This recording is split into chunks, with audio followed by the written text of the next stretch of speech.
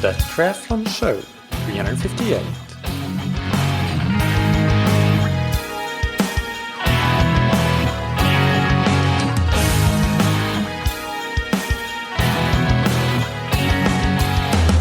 Hey, what's up everybody, and welcome back to another episode of That Triathlon Show, the podcast presented by scientifictriathlon.com.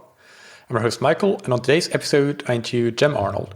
Jem is a physiotherapist, a coach, and a PhD student, where currently his research focus is investigating blood flow limitation of the iliac artery, which is a condition that is surprisingly common, even though it's not necessarily that much talked about.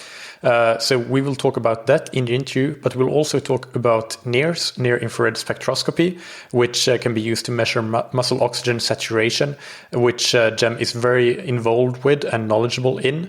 He uses that in his blood flow limitation research, but also just in general coaching and testing methods. So we dive deep into how using NIRS and muscle oxygenation can inform things like testing, workout execution, and so on and so forth. The NIRS discussion, which is the first part of the interview and lasts for quite long, can seem a bit technical at first. I just have to warn you. So a couple of things that can help you is, first of all, you don't have to understand exactly how the technology works to understand the applications that we discuss a bit further into the interview. And secondly, we do get to points in the discussion where we try to clarify things to make sure everything is understandable. I'm not sure whether the order that we discuss things in were necessarily absolutely ideal. That's why I'm trying to make these notes here. But one quick note to make here to make sure that you have kind of an overview perspective of how things belong together is that NIRS is the technology that is used to measure muscle oxygen saturation, which is abbreviated SMO2.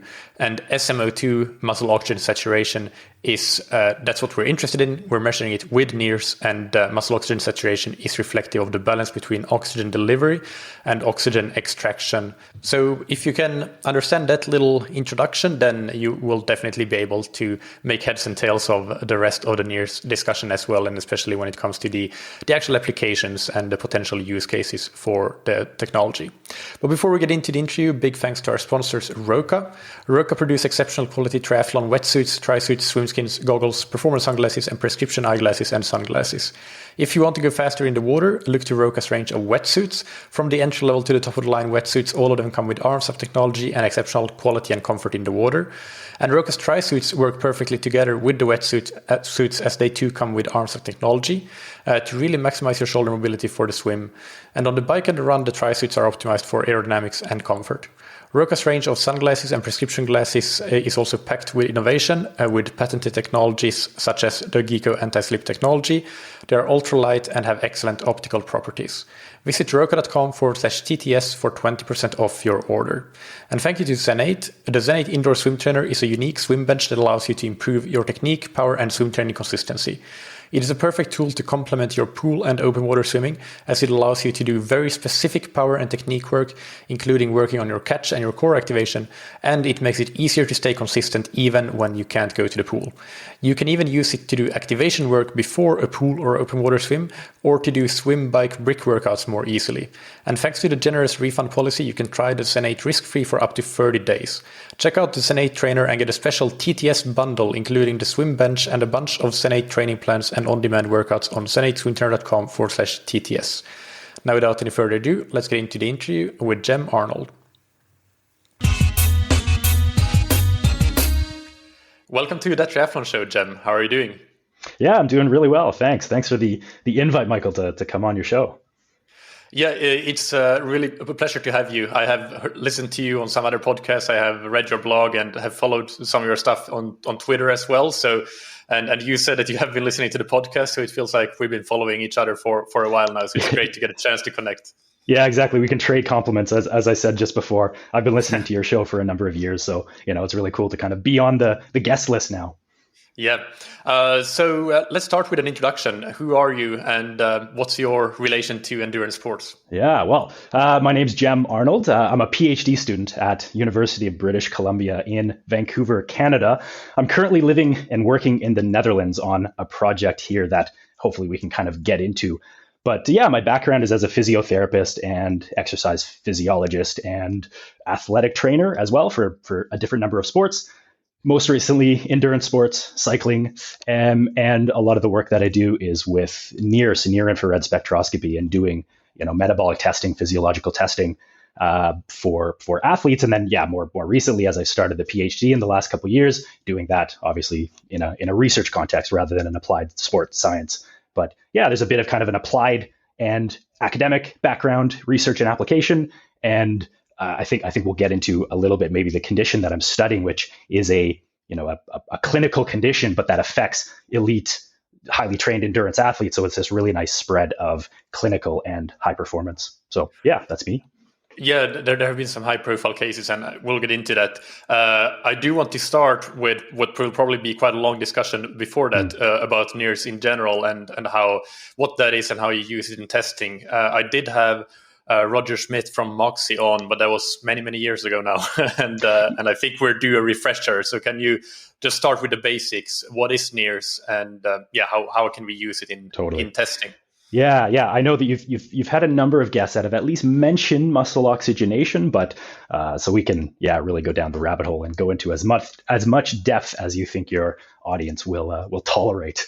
NIRS, near infrared spectroscopy. It's similar to, but it's different from, and I want to use like the Apple Watch or your Garmin running watch. I want to use that as a kind of an analogous device to feed off, but it's slightly different. So near infrared spectroscopy, muscle oxygenation, we're shining a light into the tissue. So it's completely non-invasive. It's, as I said, like the watch, it's a device that sits on the muscle, shines a light into the tissue. That light bounces around all of this translucent tissue, and some of the light will be resolved back at the sensor. And there's specific wavelengths of light that we're interested in. And those wavelengths are absorbed by the oxygen-carrying molecules in the blood, which is hemoglobin, and in the muscle, which is myoglobin. So hemoglobin, myoglobin, we can kind of think about it as a combination just of heme molecules. So the signal that we get will tell us something about how much of that heme is oxygenated and how much is deoxygenated, that is bound with oxygen or not bound with oxygen. And so obviously that's quite relevant if we're looking at a skeletal muscle engaged in activity, right? We're going to be able to see something about the metabolic activity in that little local area of tissue that we're illuminating with the sensor. So in general, it's showing us, we'll call it muscle oxygen saturation, SMO2, but there's different names. It can be tissue oxygen saturation or whatever you want. But basically, it's a percent saturation, how much of that heme volume is saturated with oxygen. And this has quite a high kind of dynamic range or a physiological range where it starts, let's say it starts somewhere around 60%, depending on the sensor, depending on the person, of course. But somewhere around 60%. It can go all the way up to 90% and all the way down to pretty close to 0%, again, depending on some of the technical aspects. So it's a very wide dynamic range, and that gives us a lot of variability, a lot of kind of response to understand and look at during exercise and see what the signal is telling us. So we can get into all of that. And within that muscle oxygen saturation, are you talking about the combination of muscle myoglobin and hemoglobin in the capillaries surrounding the muscle in that tissue area? So we can't really separate between those two. Is that right? That's exactly right. Yeah, there's a number of studies that have tried to separate hemoglobin and myoglobin, and I think the estimates are, one study will say it's 70% myoglobin, and the other study will say it's 20% myoglobin. So it kind of goes either direction. So really, for all intents and purposes, especially for the more recent portable, wearable devices that we're talking about, we can't differentiate the two. The one thing that we can say is that to oversimplify a little bit, myoglobin in the muscle tissue doesn't change. It doesn't increase with exercise. So we could be pretty confident that myoglobin stays constant, and then any significant change that we're seeing during exercise is probably coming from the hemoglobin side. So it's coming from changes in blood volume and blood flow coming into that little area of tissue that we're illuminating. And so we can either say as the heme signal increases, that implies that hemoglobin volume is increasing, and that might be coming from either an increase in blood volume or an increase in hematocrit of the local little capillaries. So broadly speaking, though, we can say that it's kind of the blood volume, the perfusion in the area. So again, there's always more nuance to these conversations, but that's kind of where to start.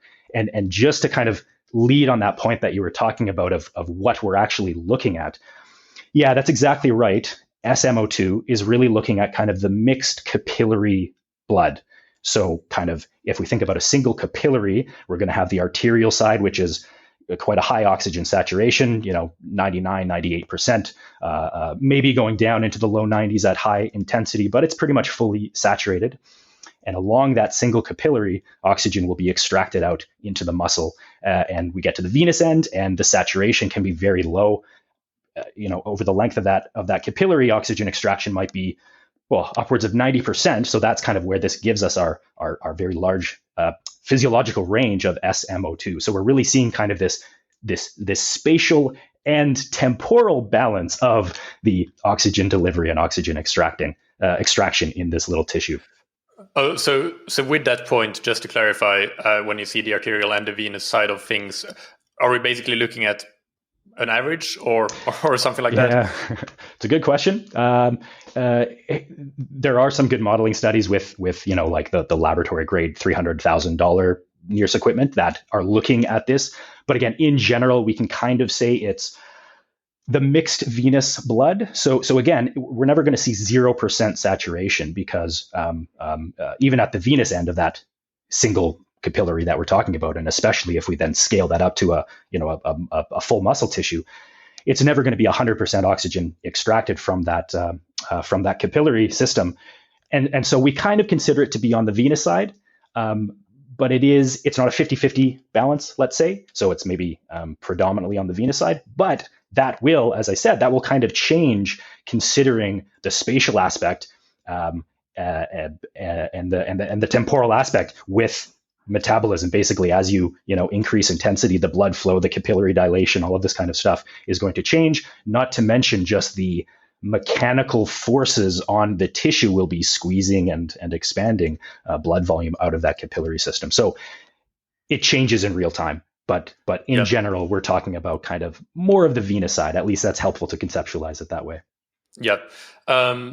I do want to go into a practical example then to illustrate how we actually can use this measurement and how it behaves. But before that, just one more technical question, which is around the accuracy and the precision of the devices in use today. So you mentioned those like top-end lab devices, but also wearable devices. So can you talk a little bit around the differences in accuracy and precision?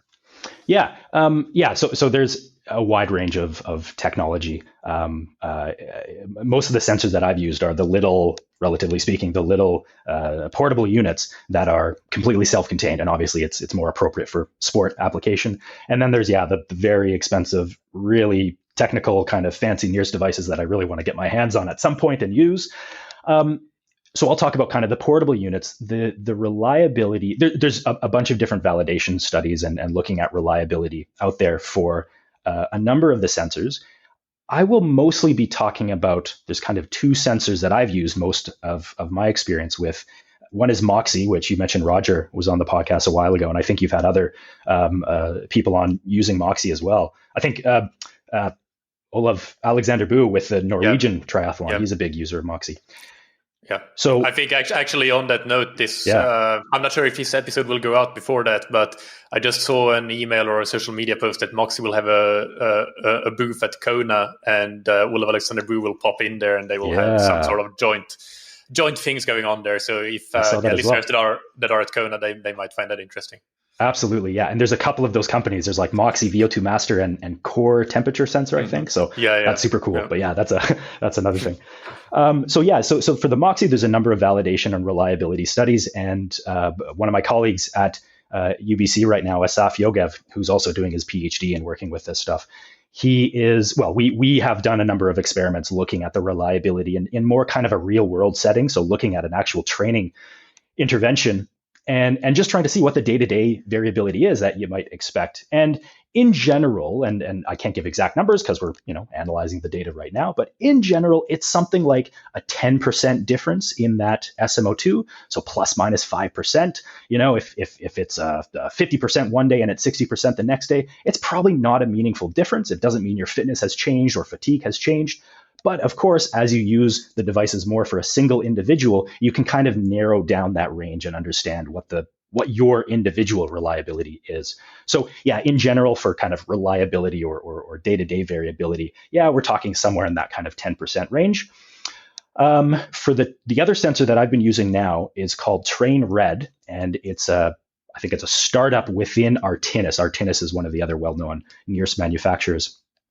And it's a new system, so it also the kind of fancy new hardware and really high precision measurement. We're measuring at 100 hertz, so 100 samples every second. So the data quality coming out of it is really good, but it doesn't have that kind of validation or reliability testing yet. Although, of course, the previous iterations of the Artenis hardware has gone through that same reliability studies. And I don't know off the top of my head exactly what those numbers are. And of course, it depends on the context. But I think the precision is a little bit better in Portamon, which is to say, let's say, a 5% range, whereas the Moxi is about 10%. But also there's differences in the actual percent, in the physiological range of the numbers that you'll get from Moxi. From Moxi, you get pretty close to that full 0 to 100%. In Train Red, in Portamon, which is the previous hardware, it's a little bit more compressed. So you're seeing something more like, I don't know, let's call it 20 to 80 or 30 to 80. So a 5% change of that is pretty close to a 10% change of the larger amplitude in Moxi. Yeah, that's quite important to be aware of when you to compare your data potentially if you're using one of the systems and your friend is using the other system, that they're not exactly apples to apples. Yeah, absolutely. And as I said, a lot of the literature, especially obviously the early literature in laboratory testing, is using like the big fancy multi-$100,000 devices, which once again, it'll be kind of broadly analogous to the little portable unit that we're using, but the exact numbers can certainly not be translated. So it really has to be an individual application. Yeah. All right. So then one more question on that, a follow-up. In blood glucose monitoring, for example, we have seen that there have been validation studies where they show that while they might be quite accurate in a resting state during exercise, and especially intense exercise, the accuracy decreases. Do we know anything? I mean, obviously, these systems are meant to be used during training, the portable systems that we're talking about here, Moxi and Train Red. But do we know, can we be quite confident that they're okay for use in training and still retain a certain level of accuracy? Yeah, that's a good question. That's exactly that's the applied question. So this kind of 10% number for Moxi that comes from my colleague Asaf's work, that's during severe intensity domain. So HIIT training, high intensity interval training. So that's a pretty good application number to use. For some other testing that we've done with an incremental step test, which I think we'll get into some of the testing protocols here. There are certainly differences from low intensity to high intensity, but again, kind of the variability of an individual response at high intensity is always going to be greater than at low intensity. At low intensity, everyone looks fairly similar, and so the group variability is small.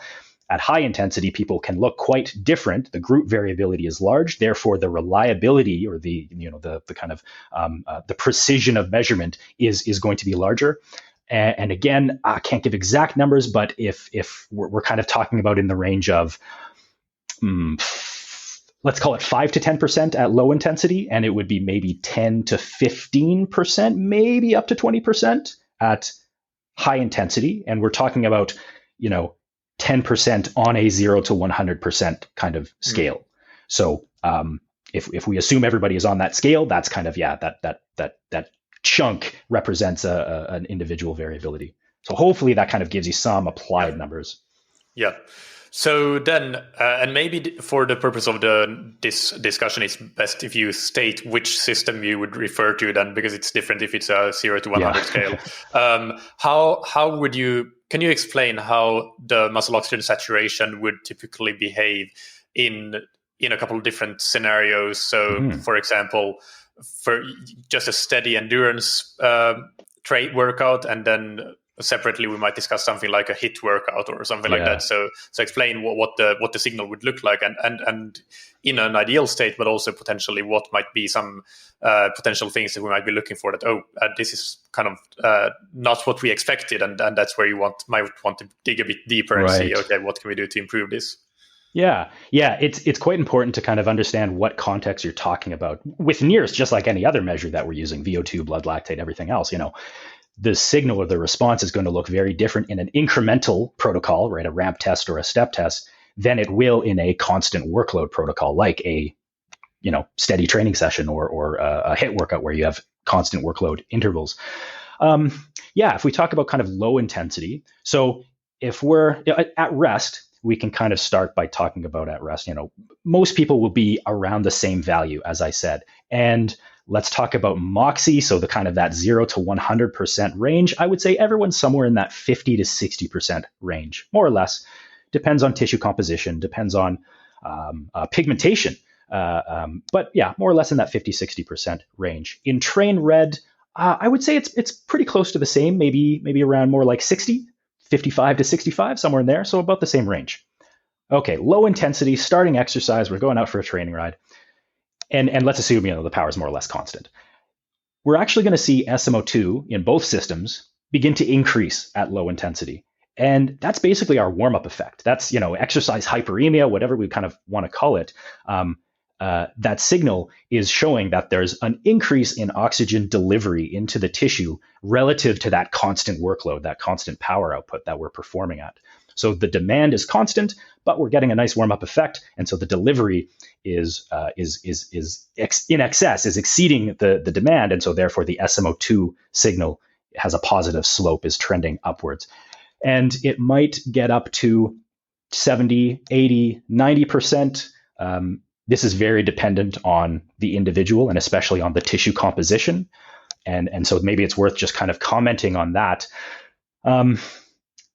The signal has to go through, layers of skin and adipose subcutaneous fat before it gets to muscle. And so that tissue, which is less metabolically active, which kind of behaves in a slightly different way, that contributes to the signal as well as the muscle tissue that it's coming from. And if you think about, okay, what happens during a warm-up? I mean, very literally, if we're warming up, we're going to have an increase in cutaneous blood flow and blood flow to the skin for thermoregulation. So that's one of the components of the signal that we're seeing at low intensity is just very simply the skin is filling up with blood, and we're not going to see that skin extracting much oxygen because it's not very metabolically active. It's just about shunting blood to the skin to radiate heat. And so that's, of course, going to increase our saturation signal. So that's kind of where the low intensity signal is coming from. But of course, we know blood flow does increase to the muscle tissue as well during low intensity. Over duration is kind of an interesting question. If we keep kind of that same, moderate intensity domain, nice, easy ride, and it's a relatively constant workload,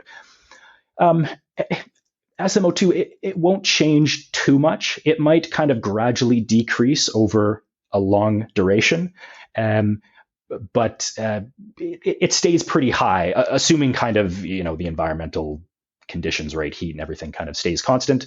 So it's maybe analogous to heart rate, where heart rate, you'll see kind of a gradual drift, and obviously heart rate is drifting up, SMO2 is drifting down.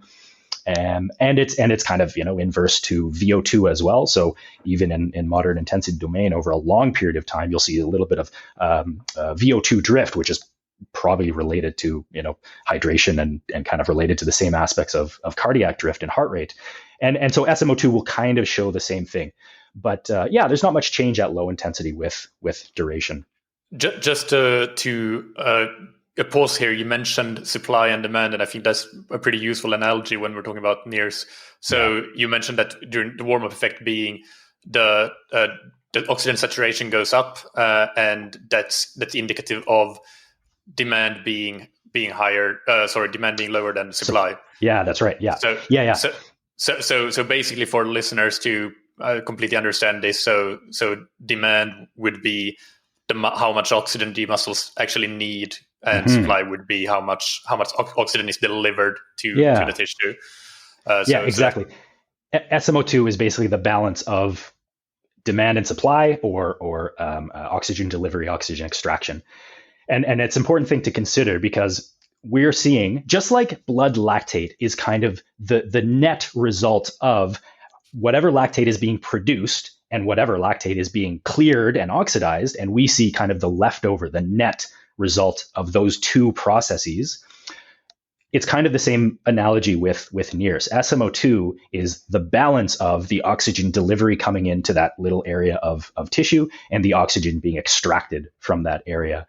And so if delivery is greater than extraction, SMO2 will tend to go up, and vice versa. If extraction is greater than delivery, SMO2 will go down. So we can certainly use this as kind of a directional indication of what's going on with those two underlying components. But we can't say the absolute magnitude of blood flow or oxygen delivery and muscle oxygen uptake. We're just looking at the relative difference between the two. So SMO2 increasing, more steeply, like in the recovery after a high intensity interval, well, that implies that there's a lot more blood flow, a lot more delivery, oxygen delivery coming in than there is oxygen extraction. So maybe that kind of, clears up kind of how much we can say about the underlying components. And kind of leads into the high intensity responses, because obviously at high intensity, the delivery and extraction are going to be, let's say, changing at larger rates between rest and high intensity exercise. Yeah, does that kind of make sense? Absolutely. Yeah. So let's move into that. Then we can take both the heavy intensity domain and the severe intensity domain. Yeah, I'll start with, so we've talked about kind of the moderate, and I'll flip over to severe, and then we can fill in the gap into heavy. Mm-hmm.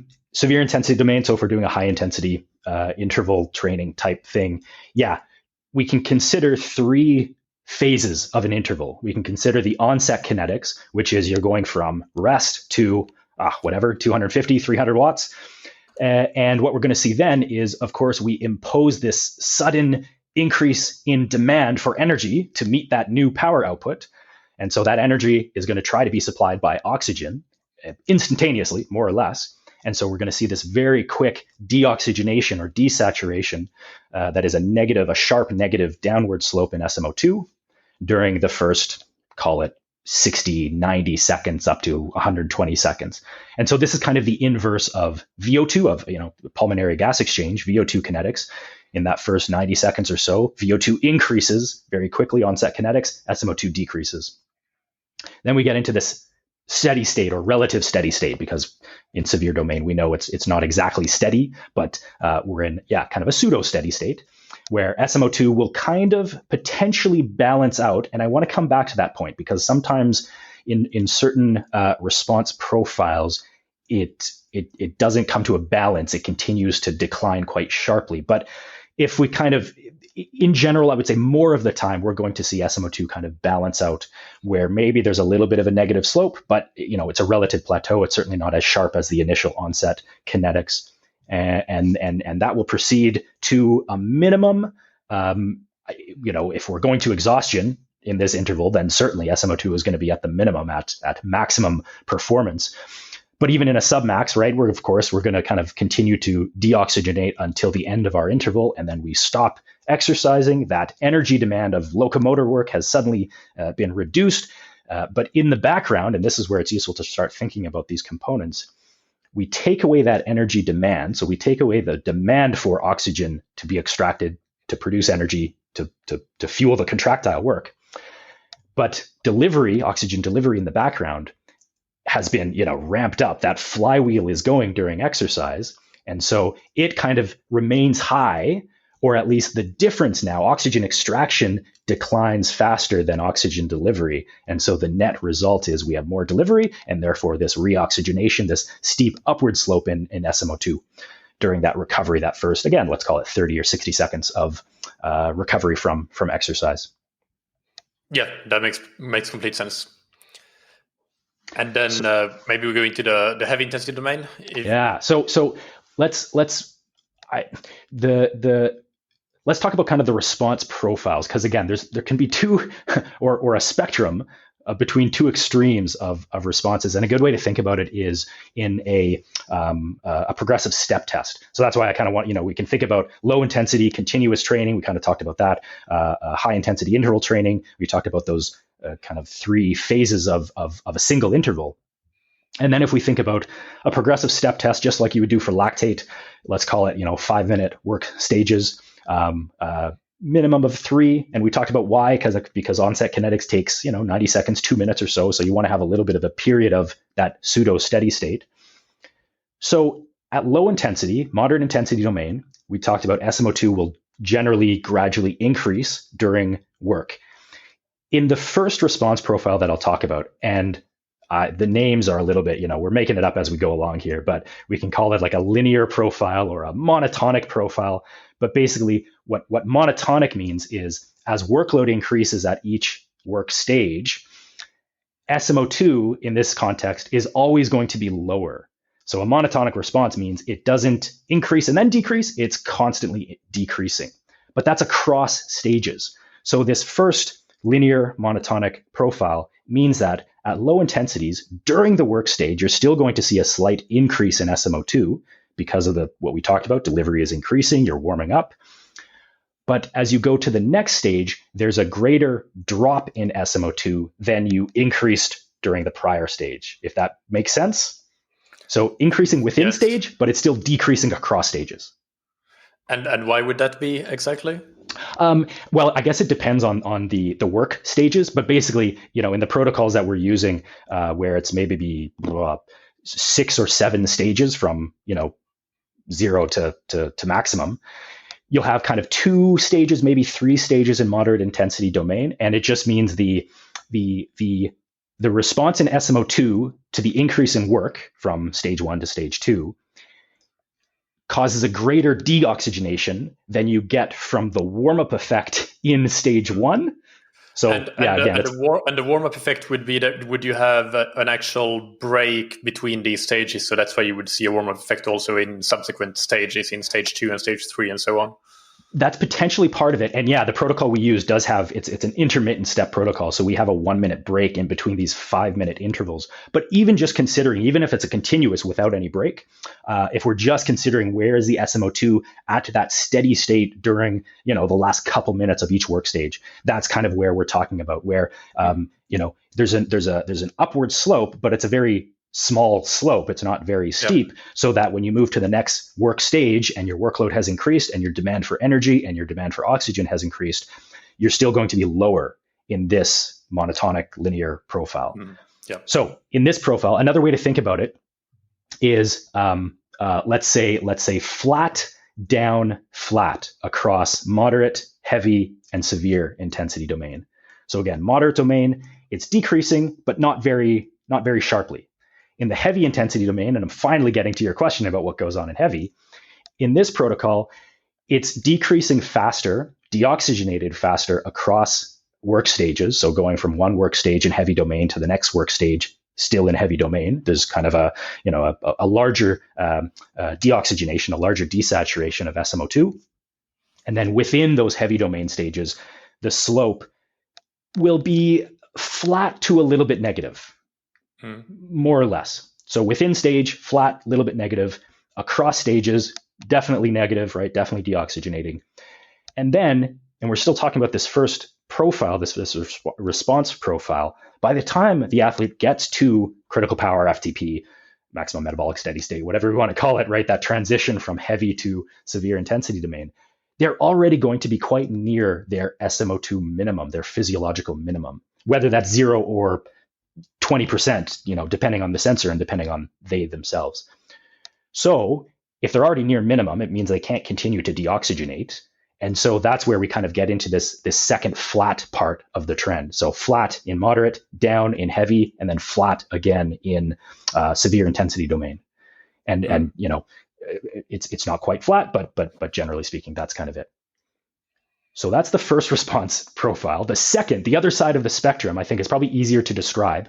I think this is great, by the way, because it gives us a picture of, okay, how can you actually use the device and apply it? So yeah, that's exactly it. And I want to talk about kind of why this matters for application. Yeah. But let's, so this second response profile is, easier to describe. And the language we're using is curvilinear or non-monotonic or parabolic. So if we think of a parabola, it's an upside down U shaped. It's a little bit easier to visualize.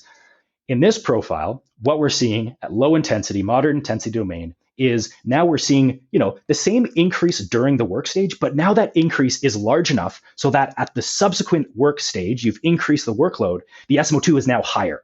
So it's higher at stage 2 and let's say stage 3 than where you started in stage 1 or at rest.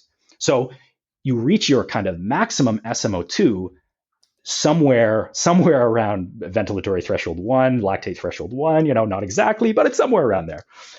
And then in the heavy domain in this profile, it's kind of more of a plateau. So once again, within work, as I said, for the first response profile, the SMO2 slope is pretty much flat, but now we're at a maximum and we're kind of plateaued across those heavy domain work. That's on top of our inverted U. Then we get into severe intensity domain, and now we're at the top of our dynamic range. So we do have this whole amplitude with which to deoxygenate. And so now we're going to see a steep, sharp downward slope deoxygenating across severe intensity to minimum at task intolerance at VO2 peak.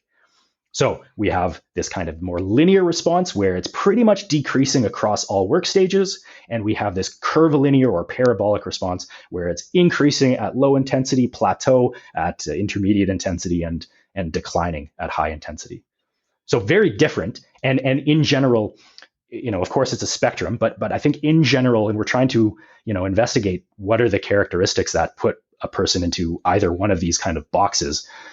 But in general, it tends to be profile 1 will be fitter, leaner at the muscle that we're investigating, and tends to be more males. And then profile 2 will be, again, on average, less fit, less lean, and more females. But the sex difference there, I don't think it's a true sex difference. I think it's just probably correlated to, especially the tissue composition, because even, super highly trained, super fit females will tend to have more fat distribution on their thighs than male athletes. And so it's are we just seeing again that kind of that increase in oxygenation in the skin and adipose layers in the female than we're seeing in the male? And is that contributing to the increase in SMO2? Does that make sense? Because it's kind of tying together this aspect of the warm-up effect and the different response profiles. And then we have fitness differences and tissue composition differences. There's a lot of nuance here. Yeah, no, it does make sense, definitely.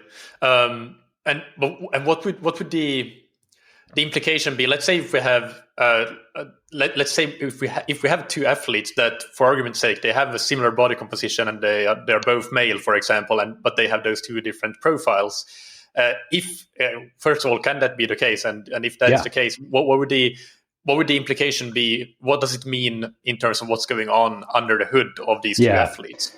Yeah, totally. Like, absolutely. I said it tends to be these kind of categories of, fitness level or training status, leanness, let's say, or adipose tissue, and then sex, which I think is part of that adipose tissue story. But absolutely, like we see this curvilinear response in, well, we had a male athlete who was, VO2 max was 70 plus. So it's not exclusive, but it's just kind of those trends. So yeah, if we kind of take, the same subject, you or me, and for whatever reason, we're showing two different response profiles. The application is if I tell that profile 2 athlete, the curvilinear response athlete, if I say, okay, let's get you to kind of an SMO2 maximum, and we're just doing a nice low intensity training ride, and we want oxygen delivery to be maximum, right? We want like substrate and nutrient flow to be maximum, and it's just a nice steady training ride. And we say, you're just trying to keep SMO2 more or less as high as you comfortably can. Perfect. That gives them a target that, as I said, is going to be somewhere around that, let's say the high end of moderate intensity domain. So that seems like an appropriate training prescription. With the first profile, with this monotonic response, remember, monotonic means at every increase in power, SMO2 will tend to decrease. So if we give them the same prescription and saying, just keep SMO2 high, well, that workload is going to trend to zero, and they're going to end up walking, which, may not be a bad idea. I mean, maybe that's still a good, kind of prescription for them. but obviously they'll be performing at a very different relative intensity to, the second profile athlete. So it certainly has implications. And then if we think about high intensity, again, for this kind of curvilinear second profile athlete, where when they're performing these high intensity work intervals, SMO2 is going to be negatively sloping towards a minimum. So maybe we can use that to kind of modulate our intensity and our duration, right? Okay, we want, 6-minute intervals. So let's kind of keep that slope shallow enough so that we know you're not going to bottom out, you're not going to reach task failure before 6 minutes, and we can kind of play with that power, and it all works out well.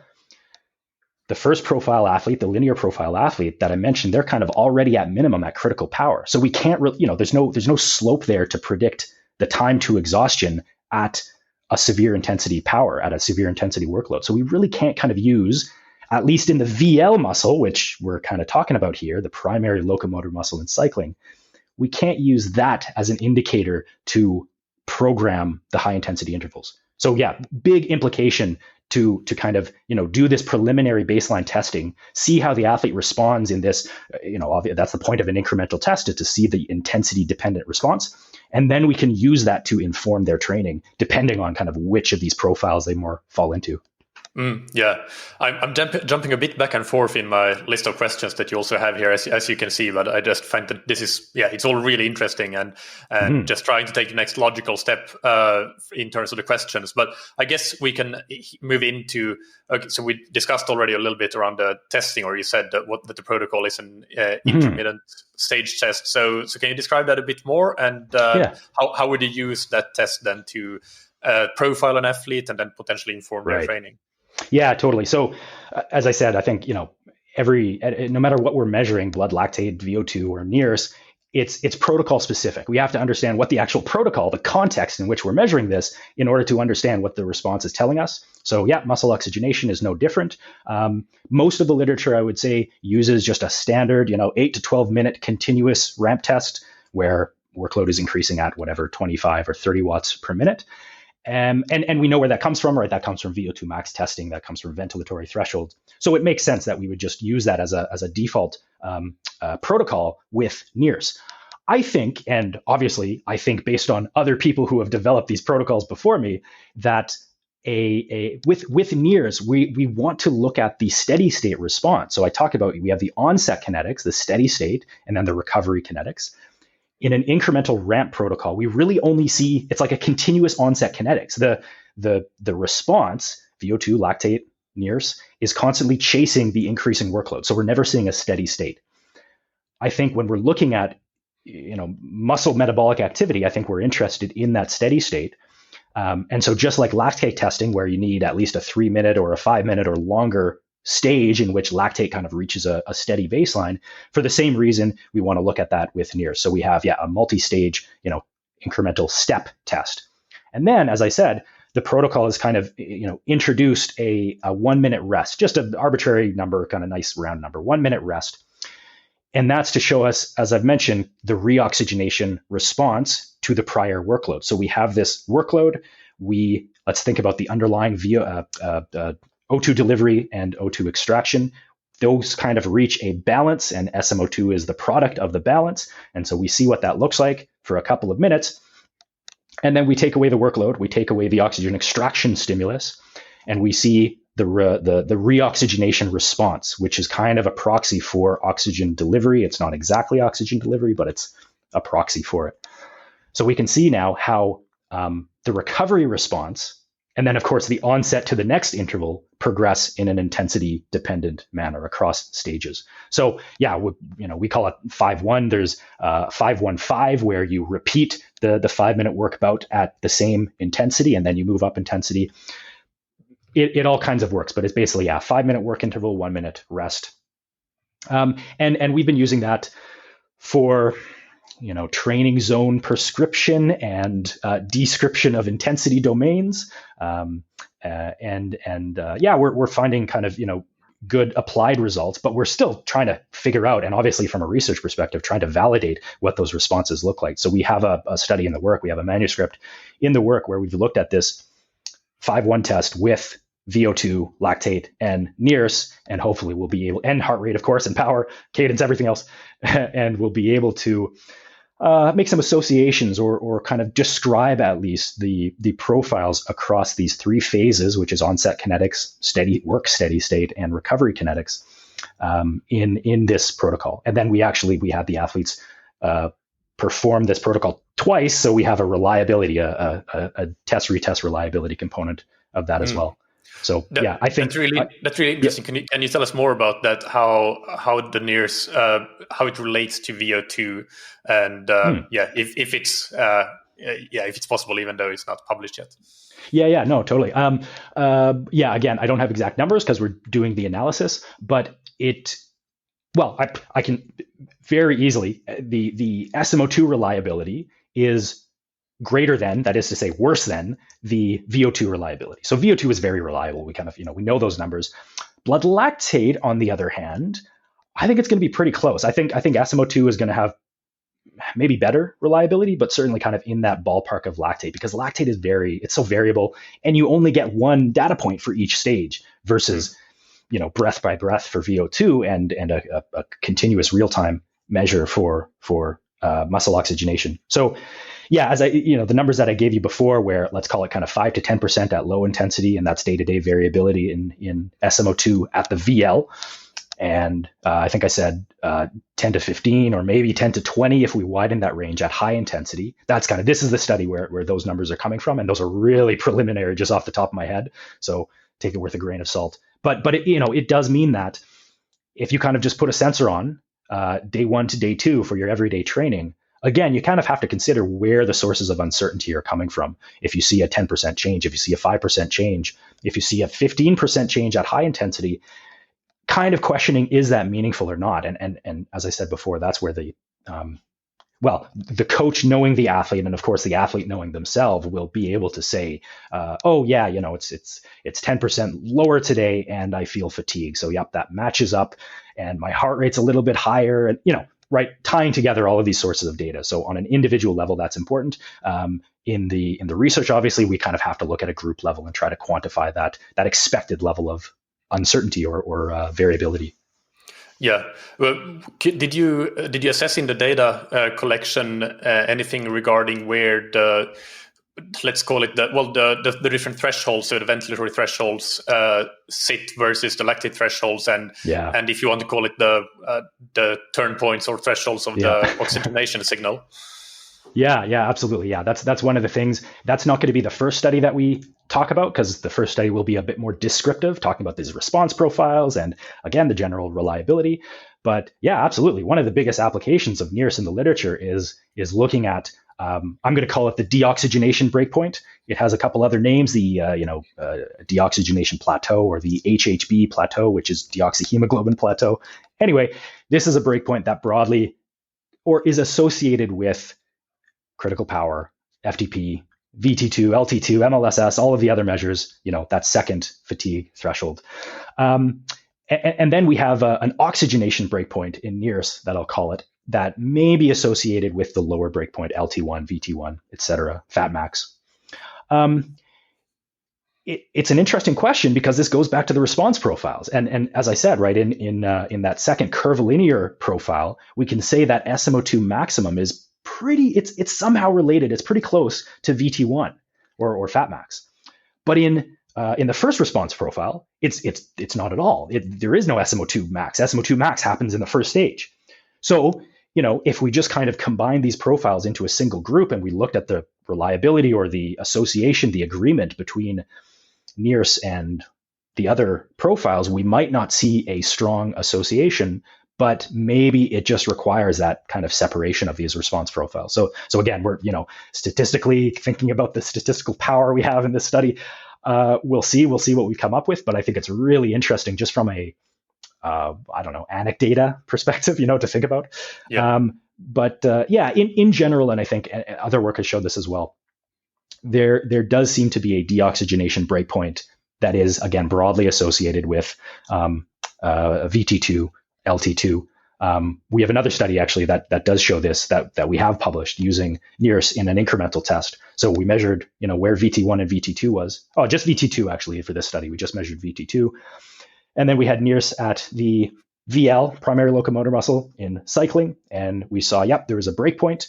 But as I said, sometimes that breakpoint is, the SMO2 is now flat. And sometimes it's now more steeply declining. So it depended a bit. And then in that study, we also looked at the deltoid, which is obviously a non-locomotor muscle, non-priority. And in that, we could find a breakpoint. If you really want to find a breakpoint, you can find a breakpoint. And using statistical methods, obviously, and proper analytical methods. So it's not like we were just pointing at the screen. But it's a curvilinear response. The deltoid just very briefly looks more like that second response, that parabolic. So it kind of just begins to decline more steeply at a certain intensity. And if we kind of look for that point of decline, it seemed to line up at a group level to VT2 or RCP, respiratory compensation point. What we found in that paper was why would the deltoid be extracting oxygen if it's not a working muscle during the cycling activity? That's the question. That's a good question. So let me get into that. And then why are we seeing this deoxygenation, this oxygen extraction happening at a deltoid, a non-locomotor, non-involved muscle? Part of it, first of all, is going to be, at higher intensity, you're going to be kind of leaning on the bars heavier, right? So you are going to be using a little bit more upper body to stabilize yourself against the lower body torque, against the lower body work. So there is going to be a little bit of increased muscle recruitment, which is going to drive oxygen extraction. So we know that's part of it. But there are studies that have looked at this and have controlled with various methods and have basically eliminated any recruitment of I think it was bicep in some of the studies, maybe deltoid, but certainly bicep. And so with EMG, so EMG on the bicep confirming that there's no increased muscle activity above rest. So there's no recruitment happening, but you still saw the same deoxygenation response. And so what we can kind of point to is, well, if there's no increase in recruitment, implying that there's no increase in oxygen demand or oxygen extraction, but SMO2 is going down, that leaves the other component, which is the oxygen delivery. And so we think that this is pointing to this systemic vasoconstriction that happens at higher intensities, where now there is less oxygen delivery coming into the muscle, so that now the balance has shifted, that the unchanging, let's say the pre-existing oxygen extraction is now in excess because delivery has decreased. And so now we're seeing a deoxygenation response. So this is a little bit of that, we're looking at a hyperlocal area of tissue, but by looking at the deltoid and looking at bicep and some of the other non-priority muscles, we think and we propose that what we're seeing is some of this systemic vasoconstriction response, which is, totally normal, totally expected. So it's pretty cool to be able to see that. Right. Yeah. And where were we before? Right. Okay. So the important part of the study that we published, and again, this is my colleague Asaf Yogev is the first author of this paper. We compared the breakpoints, the deoxygenation breakpoint at the VL and at the deltoid and the RCP, VT2. No lactate in that study. And we said at a group level, the group mean, there is no difference between these breakpoints. So that's great. They're the same thing. Well, no, they're probably not, because at an individual level, there is a high degree of variability. And I think somewhere in the notes that you had, right, talking about the order effect, there was no consistent sequence or order. So in some athletes, we saw, the VL occur first, and then the ventilatory threshold, and then the deltoid. And some it was whatever other combination of those three. So we didn't see a consistent order effect, which suggests at an individual level, these thresholds, these breakpoints cannot be used synonymously, but there is going to be some association. So they were kind of ballpark. But for us, the important takeaway to that was understanding the individual variability. So as I said, right, like really interesting to understand where that breakpoint or that transition, that deoxygenation at the deltoid, why it's happening and what it's a sign of. But to say, it started here, first of all, is also, it's like trying to find the point of a circle. So it's a little bit, we're making up a breakpoint. And then to say, okay, that breakpoint is exactly where your critical power is. You can't say that. So the prescription has to appreciate these sources of uncertainty. And as I said, as an individual for an individual application, you can really kind of use that to your advantage and use that uncertainty for training prescription rather than throw it out and just say, well, it's not valid, therefore we can't use it. Yeah, let's get into that. So if you coach an athlete, they come to you for a test, or whether it's yourself, you're doing some testing. How can you can just give some examples of what has happened in the past, or even theoretical examples of how you would interpret the data from a test like this? And it can be NIRS only, or NIRS combined with gas exchange and or lactate, and then how you take that information and let that inform the training prescription that you then give to the athlete or yourself. High intensity training I think is easier because, again, for half of the athletes that you're going to work with, it's this second profile where we get this nice rapid deoxygenation response, and then you can really use the slope of that line, or just visually looking at it in real time, to kind of modulate, again, as I said, the power, the intensity, and the duration. And so what's the line? Training is testing, right? So if we test the athlete initially in the lab, we do a baseline test, we understand, they fall into this kind of curvilinear profile.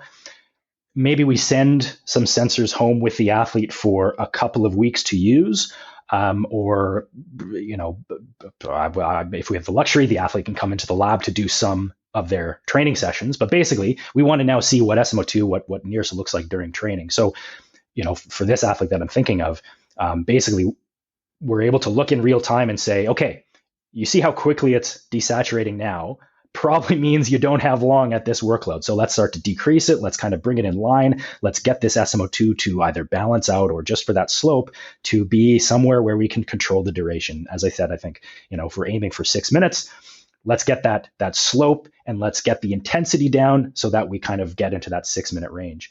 And now I'm going to ask the athlete, I'm looking at the data. I'm going to ask the athlete to pay attention to the sensations. And of course, if they have power and heart rate that they can use, they can look at those numbers as well. So it's kind of triangulating this additional source of data coming from NIRS with, for me, number one priority is the sensation. So the athlete's kind of subjective response says, oh yeah, okay, I feel the difference. I'm not squeezing the quads as hard, right? There's not as much force through the legs. I can kind of maintain this. My breathing is elevated, but I'm not whatever the cues are that this athlete can focus on, and they're telling me this, then we can use that in the subsequent training to say, hey, yeah, remember this cue. Let's aim for that.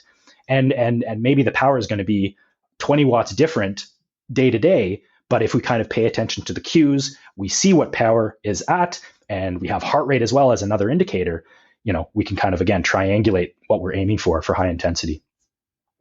For low intensity, then it's really about the sensations, I think. I said before, if we kind of put NIRS on the VL and we go out for a long ride, there's not a lot of dynamic range. The level just kind of stays there. Although, and in the real world where you're, climbing hills and climbing bridges in the Netherlands, there's not many hills here, but in Vancouver, we have some nice mountains. You will see changes in intensity. And so to be able to look in real time to see, SMO2 it's a little bit lower than I want it to be, right? I was at a nice steady level at 40%. The legs felt good at 40%. I didn't notice. I'm going uphill. I'm pushing a little bit harder. It's down to 32, 30%. And I can feel that in my legs. I'm working a bit harder. So let's scale it back a little bit and just kind of dial in the sensations, the power, the heart rate to that new kind of guidepost that we're using, SMO2. So that's where I've really found value in that one.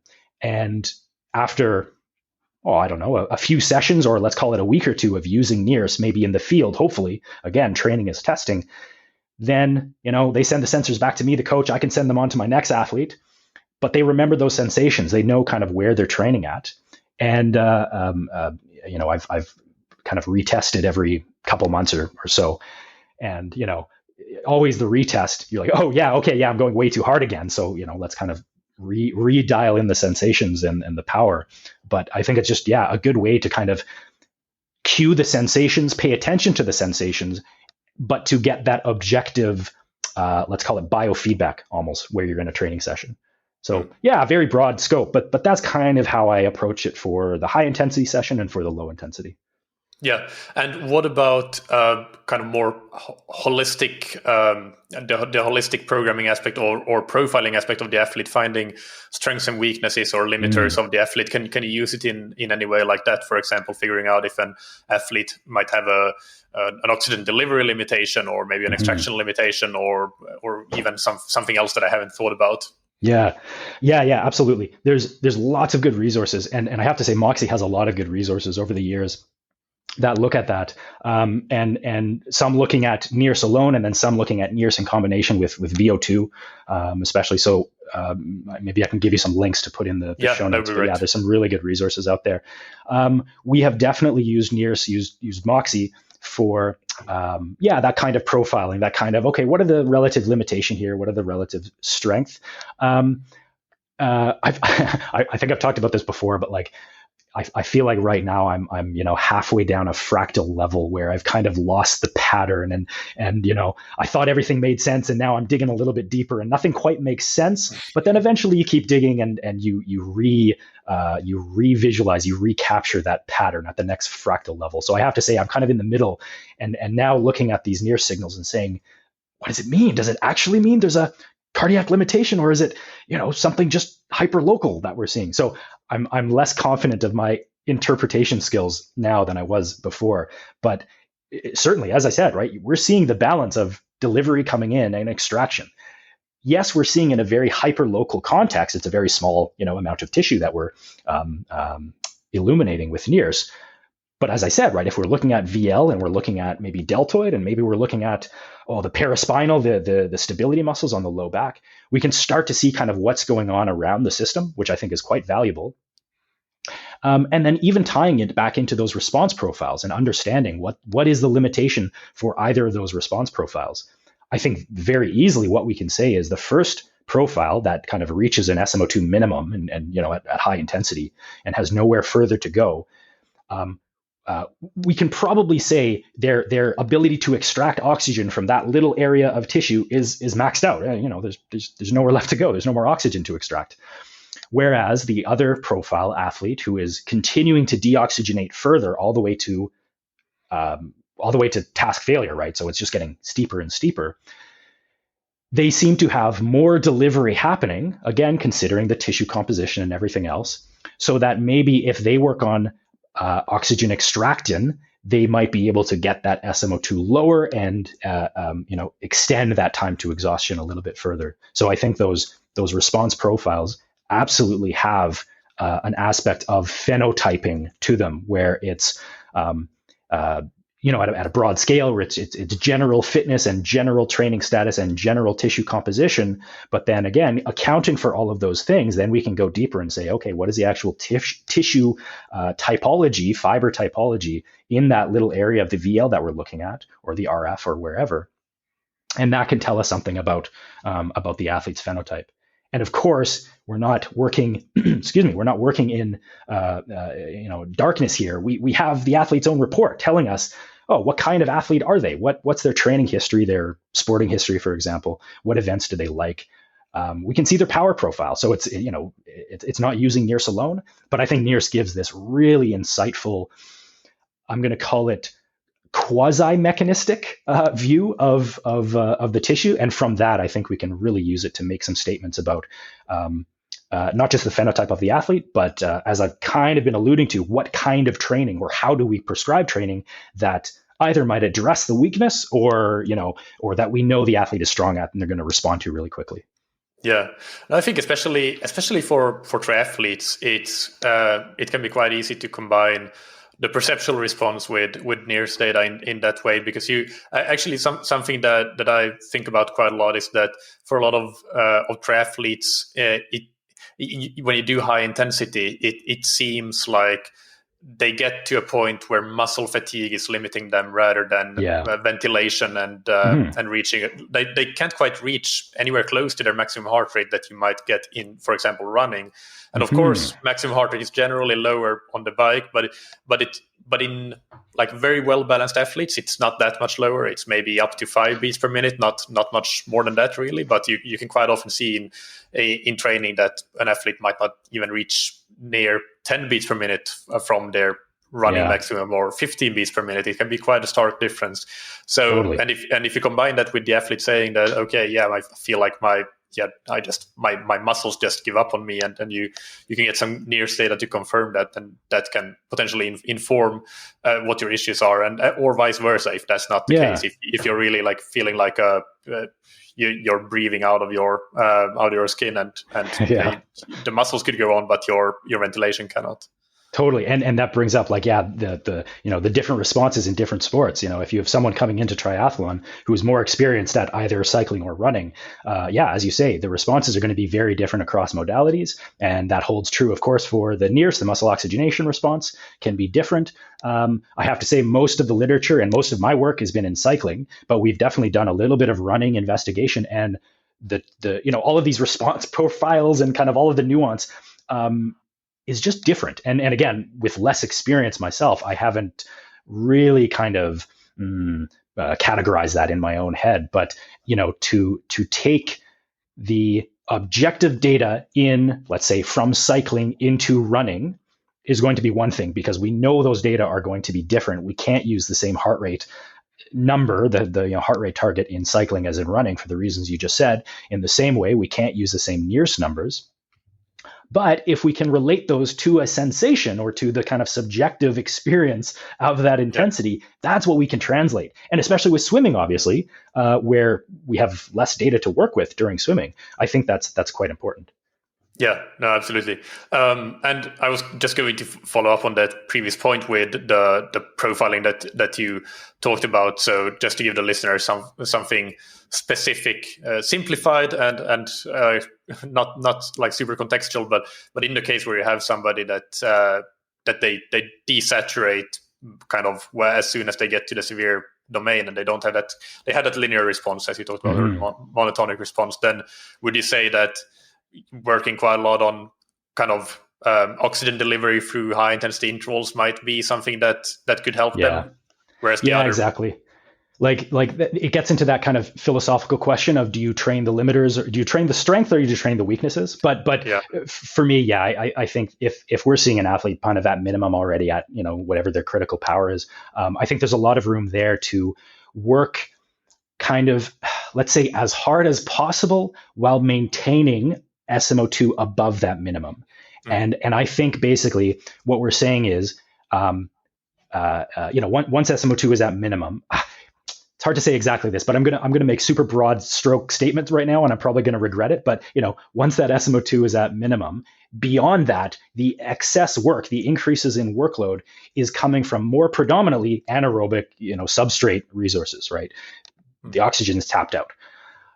So if we can keep that oxygenation just above minimum, still pretty low, but just above minimum, and get that athlete working for a longer period of time, where VO2 kinetics, where heart rate and respiration and VO2 are elevated for some long period of time. And I do think, based on some good meta-analyses recently that some other colleagues have done, duration is a large component here. So it's just kind of time of exposure to this relatively high intensity, but intensity, as long as we're within that severe domain, doesn't matter as much. And probably that statement is even more true for this athlete that I'm talking about, where they're already at minimum. So, maybe they're technically working at 95% of their tested CP, but based on the NIRS response, we can say, that's you're there, you're on target. This is high intensity interval training for you. So I think that's a good way to apply it. You might be referring to the work by Michael Rosenblatt, your compatriot. Oh, he was on your show. Yeah, of course. Yeah. Exactly. Yeah. No, and that finding has definitely influenced how I program interval training, and especially with those more, the way I look at it, more diesel type athletes. You don't have to go high above critical power necessarily, just high enough that you have the margin of error and uncertainty that that you are in that severe domain. Right. And very quickly, the opposite of that is like sprint interval training, which Michael Rosenblatt has also studied, and some other authors have looked at as well. This is that it could be as short as 5 seconds, but let's call it a 20-second just maximal all-out intensity, where of course oxygenation is going to just plummet to the floor. And so maybe for these second profile, curvilinear, parabolic profile athletes, where they have more difficulty extracting and getting SMO2 low, the goal, of course, is not in and of itself to get SMO2 low, but the goal is to kind of expose the tissue to that stimulus. And so, yeah, sit is potentially for them a good way to get that stimulus that maybe hits their limiter or their weakness. Oh yeah, that's interesting. Because I was thinking that for that profile, you would want to do a lot of low intensity training, but actually that could very well be combined with sit, of course. So totally, yeah. In sit, it's what 20 seconds or 30 seconons and at least a 5-minute recovery interval in between. Or I think Ronestad and Almquist have done work in the long low intensity bout, throwing in a sprint here and there, and that's always I always love doing that. So there's lots of good application there.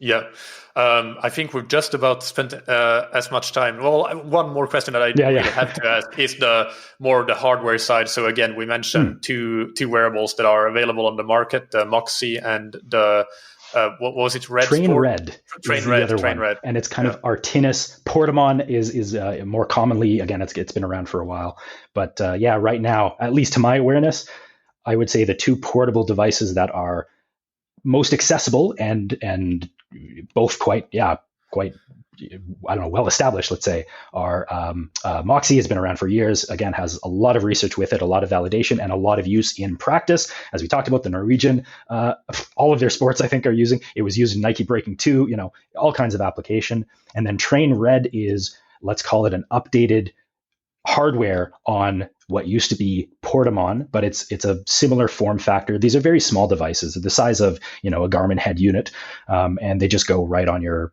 muscle, whatever muscle you're using. I would say the Train Red has more promising hardware just because it's a newer system. Again, we're looking at we're using 100 hertz measurement sampling frequency right now, which is fantastic, and we can see all kinds of little effects. I mean, we can easily see the effect of cadence during cycling. Anyways, very promising hardware, but I'd say Moxy and Train Red. And for triathlon, now that I think about it, Train Red is definitely not waterproof, at least yet in the hardware that we have. Moxy 5, which is the newer version that they have, I am 90% confident, maybe want to check this, but I'm pretty sure it is waterproof. So that could be a big factor if you do want to use NIRS in swimming. I know of one study I can think of that used NIRS in swimming, but it actually used the Portamon with custom waterproofing. So that complicates things again. But in general, if you absolutely have to have NIRS in swimming, Moxy is, as far as I know right now, the only portable unit that is waterproof. Yeah. I believe that I checked this a week or so ago, and I believe the Moxy is a bit more expensive. But I may be wrong, but that's I don't know exactly now, especially since USD and euros are, I don't know what they are right now. And Train Red is still in the process of releasing, so I don't know if they've even finalized their price. So I don't want to say anything about that. But they're close, but yeah, Moxy may be a little bit more expensive at this point. Yeah, and we're talking about kind of the you can maybe tell me better, but it's like 600 to 800. Yeah, I think I saw Moxy being about 800 mid 800 US dollars, which would be pretty much the same in euros right now. Yeah. And sorry, Train Red was that? No, that I keep forgetting the name. It was in the mid 600s or so euro. Okay. So similar dollars right now, if I recall correctly. Yeah, that sounds about right. But to follow up on that, just lastly on NIRS, for whom might you recommend considering purchasing a NIRS equipment? Good question, because I know the manufacturers want to say, oh, everybody should have a NIRS system. I don't think so. Certainly there'll be athletes who love the data and who have the ability to spend the time, to invest the time to understand the data, turn that data into information and apply that information to their training. But not everyone has that time or resources or inclination to do so. So how I kind of picture this working, and I've done a little bit of this myself with the athletes I've worked with, is it's like the hub and spoke model where I, as the coach, have a number of sensors. Athletes, right? We kind of talked about this. Will come in to do a baseline test in the lab, so we get to see that whole kind of establish that profile, and then we send the athlete off with a number of sensors, 1, 2, 3, however many muscles we want to look at, and they use it for a short period of time, a couple of weeks in their everyday training. And so now we have a communication back and forth where the athlete is paying attention to the sensations. They're looking at heart rate and power, which they have all the time, let's say, or in running, they're looking at pace and heart rate. And they're feeding all of those data back to me, the coach, and I can take the time to interpret the NIRS in combination with everything else, in combination especially with the subjective report, the sensations. And we can use that to dial in the athlete's training during that 2-week period, and then just continue that training after that 2-week period where I get the sensors back and I now can, hand them off to another athlete. So that's kind of how I see it. But again, there is use for everyday training, let's say, and especially if you're someone like me who, I'm experimenting all the time. I don't train anymore. I just go into the lab and tinker around with stuff on myself in the great tradition of researchers self-experimenting. There's certainly an aspect of being able to use NIRS and ask a question in real time and look at the response and see what happens to answer that question in real time. But I don't think it's necessary for every athlete for everyday training. So there you go. Yeah, no, that makes perfect sense. And with that, let's move into the other topic. So you mentioned that you're working on iliac artery flow limitation, which is the condition that has been quite prominently in media, I think, in recent year with some high-profile cases of high-level athletes. Can you, first explain what is iliac artery flow limitation? Yeah, totally. So this is my PhD work, is on this topic. All of the kind of metabolic testing and everything else is just in service of understanding flow limitation. So blood flow limitation of the iliac artery. You'll also see it called external iliac artery endofibrosis. There's a couple of names for the same condition. It's basically a condition where the iliac artery, the main artery feeding your leg, quite important for blood flow during exercise, is not able to deliver as much blood flow as is required. So we've been talking about this kind of demand supply limitation and how we can view that with NIRS. So obviously, this is a case where we could say delivery is not physiologically able to match the demand in one leg. And it's usually one leg, but not always. And it's usually the left leg, but not always. But basically, blood flow to the leg is limited at the hip, at the pelvis, where the iliac artery is. And it's for a variety of reasons. Well, let me actually, so what happens, obviously, so during an exercise bout, if blood flow is not able to increase, the tissue downstream of that becomes hypoxic and ischemic. And so it kind of, all of us will get that ischemia, that kind of burning fatigue pain. But of course, in flow limitation, in FLIA, it happens earlier, it happens kind of prematurely, and more severely. And of course, it's progressive over time. So the sensations become more severe, happening at an earlier stage, happening at a lower intensity, at a shorter duration, and it is progressive over time. It's related to, well, we're still trying to really understand the factors, but in general terms, it's related to the body position on the bike. If you think about an aggressive aerodynamic time trial position where the knee at the top of the pedal stroke is right up at the hip, so there's a very tight hip flexion, that puts a bend and potentially a kink in the artery somewhere up at the hip in that iliac artery. So just like you would kink a garden hose, you're not going to be able to pass blood flow or water through that as effectively, and so that causes this local limitation. Not everybody is susceptible. So just because you're a time trialist in that position does not make you predisposed necessarily to develop FLIA, flow limitation. We still kind of don't quite understand the predisposing factors, but some of the numbers suggest that, as many as kind of 20% of professional cyclists may develop this at some point. So the numbers are quite high when we're thinking about, recreational athletes, amateur athletes, of course, but it still shouldn't be the first diagnosis that we suspect, because it's kind of like, well, you walk into a sports med office and say, oh, hey, doc, my leg hurts when I'm biking hard. That's kind of non-specific. You're not going to get a very good response. It could be 1,000 other things. So it's kind of difficult to detect and it's difficult to predict. But again, broadly speaking, it's related to hip flexion position. It's related to mechanical forces on the artery from the surrounding tissue. So obviously through hip flexion, psoas muscle recruitment can put pressure on the artery. And then, as I said, in this bent or kinked position, in a highly trained athlete, you're going to have a large volume of blood flow trying to get through this area of kink.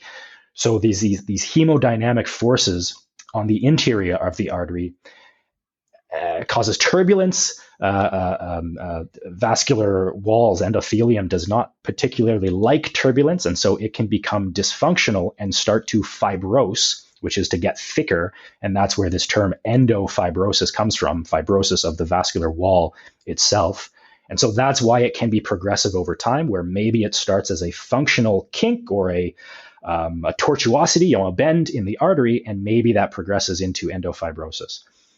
And so it's as I said, kind of in the early stages, it can be quite nonspecific and difficult to diagnose. As it gets worse over time, especially as the athlete goes through, this is the common story, goes through all of the potential diagnoses and all of the treatments, and nothing is really working, and the leg's just getting worse, and it's burning, and it's sore, and it's weak, and there's no power, and it feels like you're pedaling squares.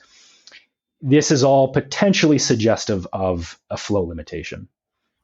So your PhD is, what are the objectives? Are you working on better being able to diagnose FLIA at an earlier stage? Mm-hmm. Yeah, it's kind of, I've said a few times, it's this clinical and performance aspect. And we have, the clinical objective is really to be able to detect this earlier and send the athletes for diagnosis. So I think NIRS is part of that early detection story. And then the research side of it is just to understand the physiological response in the condition. And, those are mutually beneficial purposes. The study that we're designing and about to execute right now is, we're looking at both of these protocols that I've been talking about, right? The ramp incremental and the incremental step test, using NIRS, using VO2, using very high precision pedal power and power balance measurement. So just trying to get an understanding of what the performance and the physiological response looks like across intensity in healthy athletes and in flow limited athletes, to try to then differentiate those responses. And then can we use some of those devices, whether it's pedal power balance or whether it's NIRS or something else, to detect this at an earlier stage outside of the vascular specialist office. That's kind of the key, because the diagnosis will probably continue to be a very highly specialized process. But if we can get athletes in a team environment or athletes who are coming to me as a physiologist in a lab somewhere, and if we can do a screening test, or if we're using NIRS to dial in their thresholds and do all of this that we've been talking about, but then incidentally, if we see whether it's an asymmetry or some kind of indication of imbalance, then can we just raise that red flag and send them for further investigation? So that's really my global purpose. And then there's kind of the physiotherapy aspect, which is right now there are not a lot of treatment options for this. And you talked about the high profile professional athletes who have gone through the surgery. Taylor Wiles is one who just went through it. She's been quite public. There's some articles about her recently, and there's quite a lot of athletes, and especially at this time of year in September and October, this is end of the season. This is where athletes go into to have the surgery done. There's really not a lot of treatment options other than surgery at this point. And so I really feel strongly that we need to kind of fill in the gaps for conservative treatment, whether it's rehabilitation, prehabilitation, bike fit, training protocols, physiotherapy exercises, try to find something to, first of all, detect it earlier, then apply conservative treatment that can hopefully keep athletes from having to go through the surgery. Because that's kind of, the goal of functional athlete care is to, minimize surgical interventions. So it's a big project when I say it all like that. It definitely sounds like that. Do you have any numbers on the success rate for surgical intervention? Not exactly, but really promising is that, as we speak, like I just got an email this morning with another manuscript that my colleagues here have sent me to edit in English. It's coming. It's coming out, and long-term results are coming out quite soon. We're talking, 10 years plus follow-up on some patients who are, had the surgery performed in the early 2000s. I will say, in general, there are data out there. It's a lot of case series out there right now. So a small group or a single patient who has gone through the process and maybe followed up to kind of a 2 or 4 year period. So again, not to kind of preempt the results that are coming out formally quite soon, but the long-term outcomes are predominantly positive, which is great. But again, just like there's no other option. So, can we kind of compare surgery to conservative treatment would be a potential option. And there's always, this is vascular surgery, so there's always risks. But again, for professional athletes, especially at this point where, the options are either, well, stop participating in your sport. That's not an option really for professionals, or undergo surgery. Yes, the surgical outcomes are predominantly positive. And for the detection methods that you're investigating, do you have any preliminary data or anecdata so far that you can share? I have, luckily/unluckily, I have this condition myself. So I'm speaking not just as a clinician and a researcher, but as a patient who has gone through this process as well. Obviously, that's what kind of motivated me to get into this area. So, as I said before, in the grand tradition of scientists self-experimenting, I have a lot of anecdata on myself, but that's only one subject. And again, we're still trying to understand the variability, as I've been talking about, the variability of this condition. So that's why I'm here in the Netherlands, to actually see all of these athletes who are coming to this center. And now that I've spent a summer seeing different athletes and trying to understand, again, the range of variability, in some respects, it gives me more confidence, of course, that we can use some of these early detection methods. On the other hand, there's a lot of variability, and there's a lot of paradoxical responses, because when you're talking about a condition that is progressive over years, you start to develop compensatory responses. And so it's not as easy as to say, oh, yep, left leg is weak, it's producing less power and it's deoxygenating faster. And, that's that. It can be not as simple. And with NIRS, again, we're only looking at a very small area of the tissue. So lots of work left to be done. But I think, it's going to start with kind of raising awareness of this as a potential diagnosis, differential diagnosis for amateur recreational athletes, for athletes to kind of raise awareness among themselves. But of course, not just that, but to have coaches and team management and kind of athlete care providers to be aware of this as well, and to kind of raise that red flag when it's deemed appropriate. Yeah. Do you have any other really important points about FLIA that you want to convey here and talk about that we have missed or haven't talked about? I think very, I kind of described the symptoms, and it's very non-specific. Everyone's going to say, oh yeah, my leg burns when I go too hard. But if you do have these kind of characteristic, burning kind of tightness pain, usually in the quadricep, it can be in the calf and even up in the glutes as well. Again, it's coming on at maybe a lower power or a lower intensity than you would expect. It's usually one leg, so maybe the other leg feels totally fine, and it's just that, or maybe you feel totally fine in general, but just the leg is painful.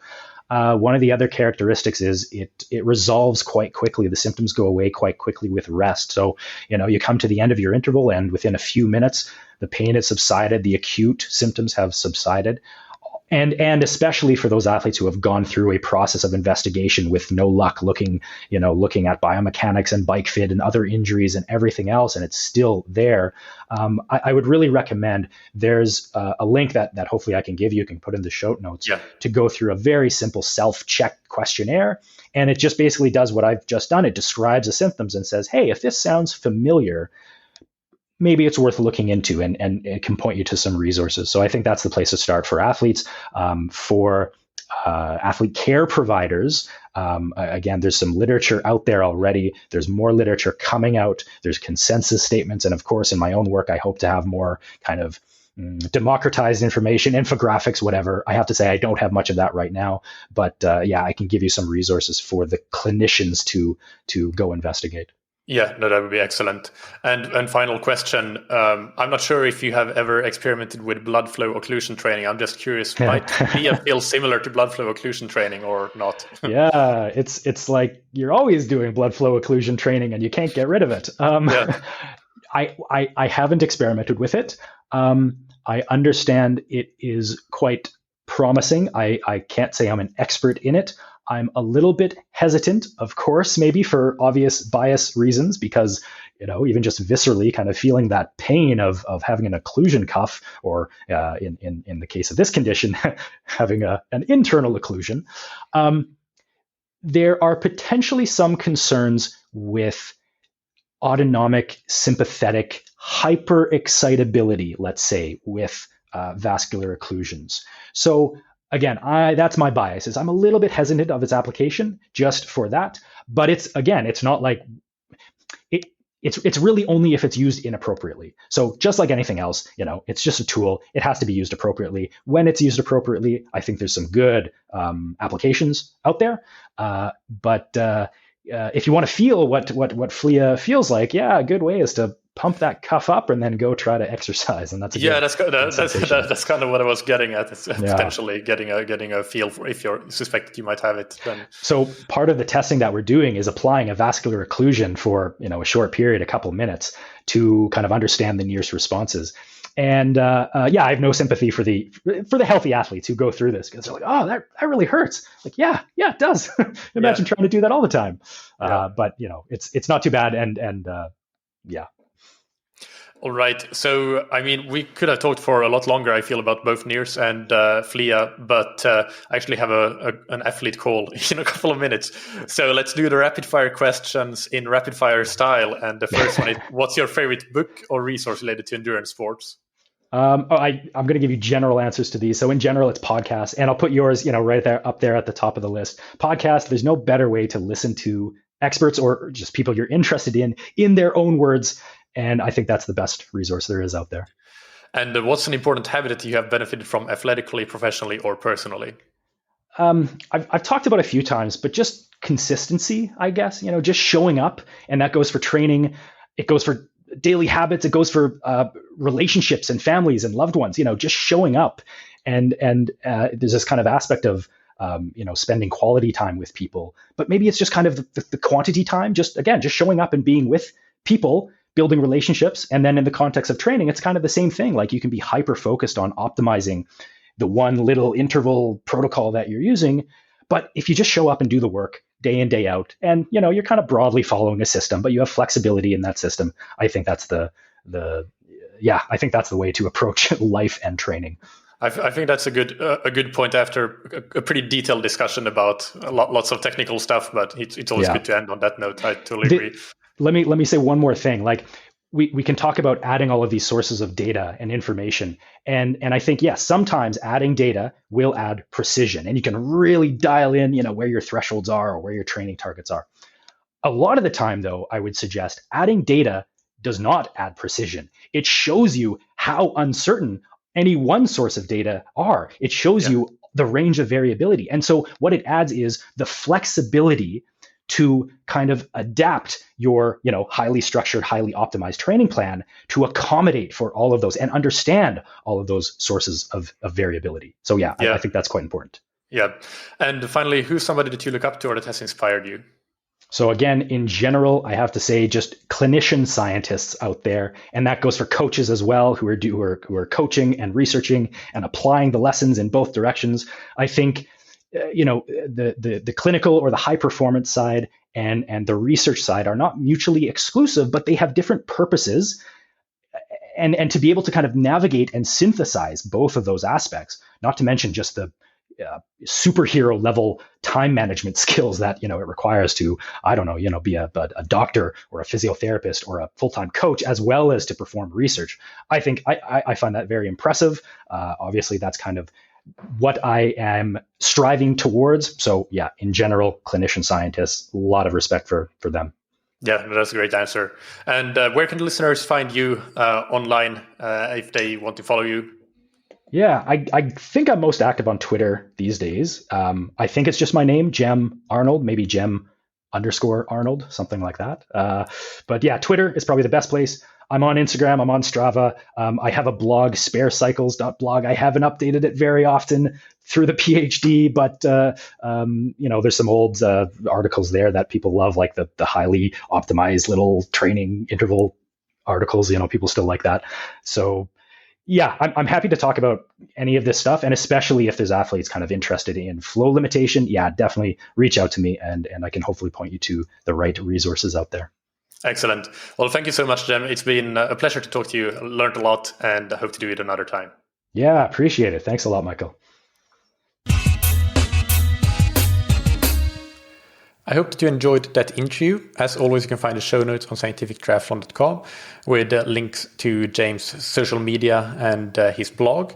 Related episodes, we mentioned quite a bunch of them. We mentioned devices, and we mentioned a number of studies and other bits and pieces, general media articles and things that Jem has kindly sent me related to flow limitation of the iliac artery. So there are a bunch of links. Go and check them out if you're interested in learning more. Next Monday, I will publish an interview where I was actually interviewed by Coach Coley Moore for the Empirical Cycling podcast.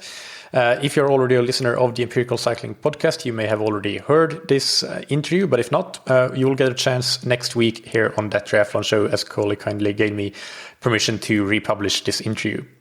Now, we're quickly coming towards the end of the season, and many of you may have already started thinking about and planning for your next year.